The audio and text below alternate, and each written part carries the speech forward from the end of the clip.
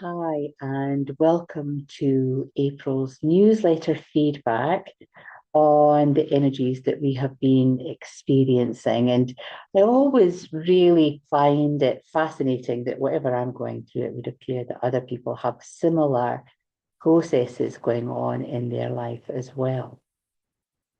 The topic or the theme for April has been around family connections. And I think it's because in April we are thrown together through Easter time. So families get together and all of that dynamic bubbles up to the surface.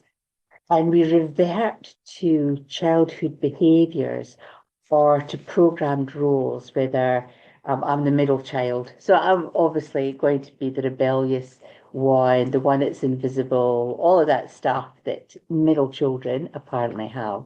And you've got the older sibling, the youngest sibling that gets away with everything, all that kind of stuff. And so we sort of revert into that programming that has been part of a really informative period of time in our lives.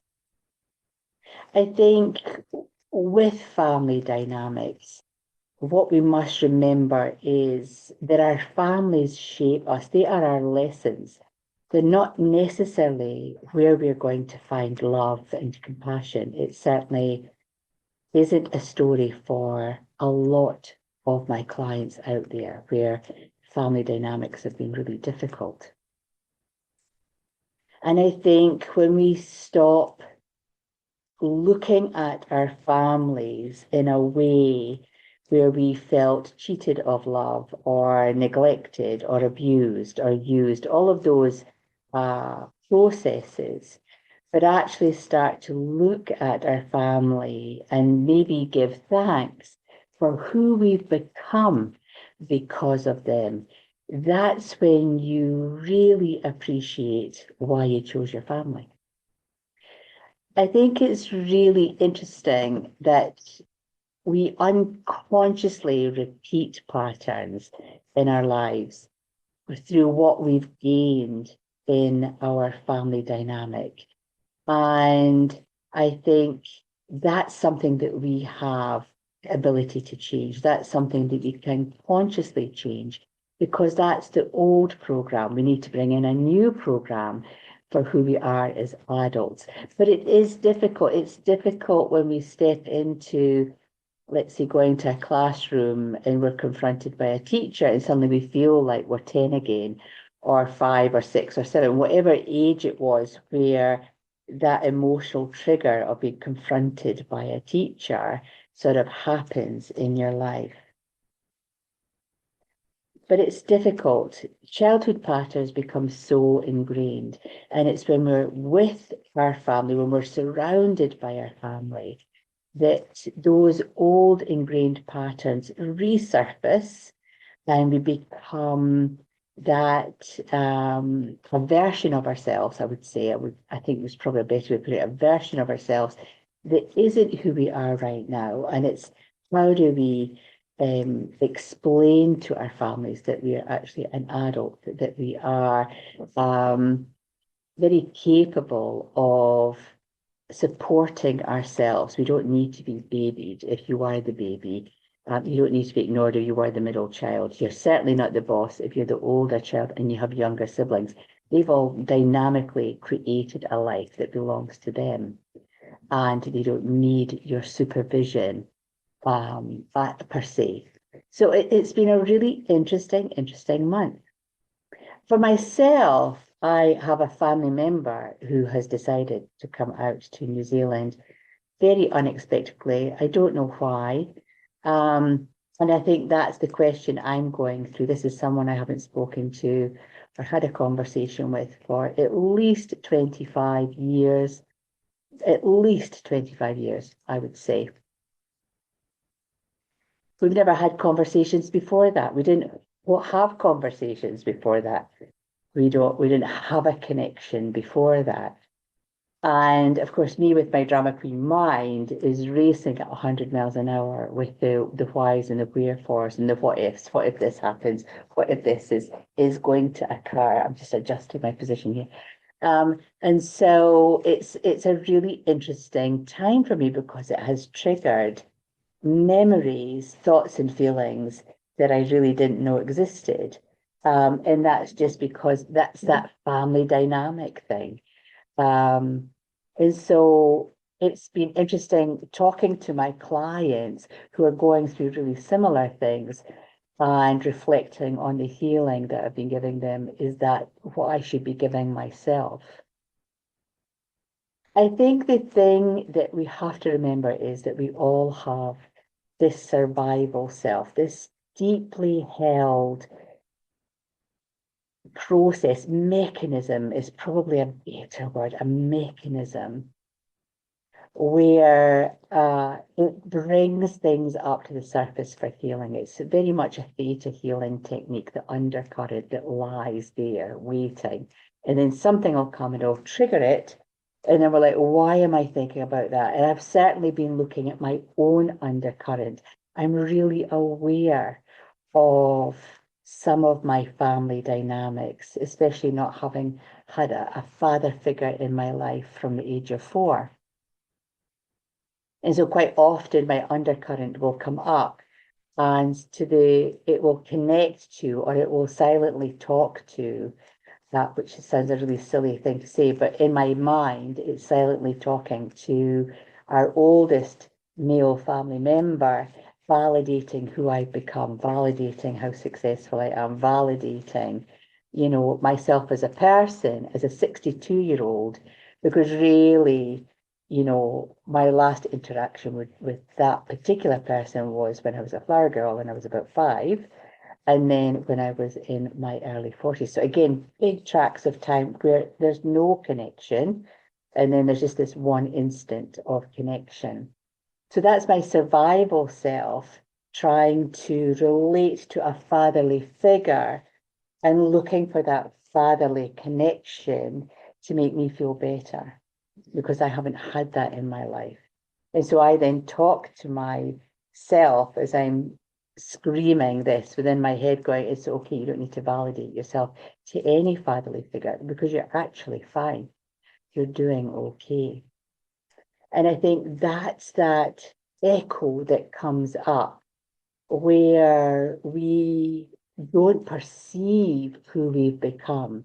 Because when we go back to family, we're instantly back in childhood, whether you're back in a childhood family home, a family holiday home, meeting for a Sunday lunch, and it'll be all of those Sunday lunches that you've had are suddenly in that one place, even though it's decades later, and we suddenly revert back to this process of being quite childlike, and those old behaviors come to the surface.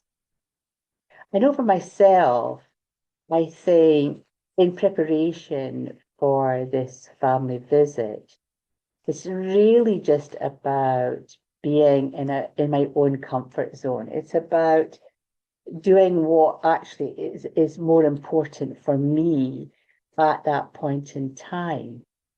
And by that, I mean it's going to really familiar places where I know how the systems work. It's at times of day where I know that I'll be sort of cognitively really alert. I'll be able to hear what's being said. And I will absolutely go into that place of being the quiet one because that was my label. That was my program as a young girl. She's the quiet one. She's the quiet one. She's the quiet one. Sit there and be quiet. She's the quiet one because everybody said just sit there and be quiet. So that was a really deep program right through until I left home. Children are there to be seen and not heard. Just sit there and be quiet. Don't open your mouth unless you're spoken to. All of those phrases, that programming is really deep. It's a really deep thing. It wasn't until I was in my 20s where actually a work colleague said, gosh, you're really quiet these meetings. So next monthly meeting, you have to host it and you have to open up and start talking. And then I never stopped talking since then. So it was a really wonderful, wonderful exercise. Our families teach us all of those key skills. they program us with those key skills. But it's people outside our families, like this work colleague, who actually help us grow and develop. And we find love and we find friendship and we find the mothering skills and the fathering skills. If we haven't received it in our home, then we receive it external to us. We receive it outside. And that fills us and nurtures us. But we have a foundation. I think the key thing that has really come through for me with my clients, and I've had lots of clients actually this month, all singing the same tune, is that we have the ability to run a new program, regardless of your age. I'm 62 this year, so I'm running new programs all of the time, just through constantly sort of redressing all of the emotional triggers. And do I need that emotional trigger? No. So let's do some healing on that. Let's move on from that. And it's someone called it sifting. I thought that was a wonderful description that this particular client gave. We were going through, and the next thing came up, the next thing. So it's just like we're sifting through the emotional baggage that's there. I think the key thing that we have to recognize is that we'll always have our families. They will always give us the skills, the foundation that will set us up for life, but it's only the foundation. We have the absolute joy of being able to expand on that and to change the design of who we are and to reinvent ourselves. And it's never too late to reinvent yourself. It's never too late to let go of some of those really deeply held, ingrained ways that we've been taught. We can absolutely keep refreshing and rebooting, if you will, our mindscape into something that really supports you, that attracts new people into your life, who then give you the next level of personal evolution. So thank your family, regardless of the circumstances, regardless of whether it's been difficult, hard, brutal, cruel, whatever it is, loving, caring, all of those positive sides. I believe I've just said all of the negative sides, but that's more reflective of my life sometimes. Just thank all of your family. You don't have to be friends with them. You don't have to love them if you don't want to.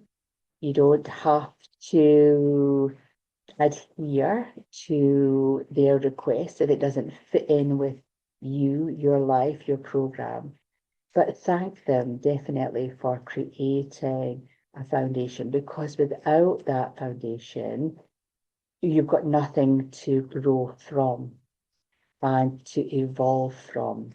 And I think that has been the biggest lesson I have seen in my clients this month as they leave feeling unburdened, feeling that they can actually step outside the family norm and express themselves in a really dynamic and a wonderful way.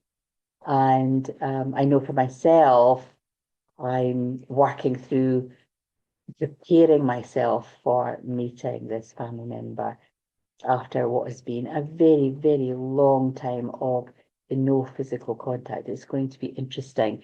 I'm sure I'll do a whole episode on that when that event occurs. So that's been April's energy. One of the things I have been up to, guys, is I have created a brand new catalogue of meditations looking at stress, anxiety. We've got past life connections, just one which is heavenly angelic connection, which is just basking in the glory of the angels. We've got the master numbers, number 11, 22, 23, and 88. all with different energetic processes around them. And then we've got the angel numbers of 111, 222, 333, etc., right up to 888. I know that's something I frequently see. It makes me giggle every time I see those numbers, but I think it's really lovely to actually go into meditation and to connect to the vibration of those triple numbers and what the meaning of that is when you keep seeing those numbers. So even if you just use it just to read the descriptions, if you're seeing triple numbers all the time, reading the description, go, that's why that's there. But I would hope that you go in and meet the angels around those numbers and to get some deeper insights as to where you are right now. So check out the new meditations. Still have my live classes. Reiki 1 is more or less full for June. There's only one space left. Reiki 3, I believe, is also full. But if you would like to come on board with Reiki, be that person that heals yourself, become really supportive, self-aware, then the Reiki 1 class is where we start. So just check out the dates on the website. So until the next time, you can see me here on YouTube, in the newsletter, and now on Substack. And there's some meditations on Spotify. We're getting out there, guys. Until the next time, take care for now.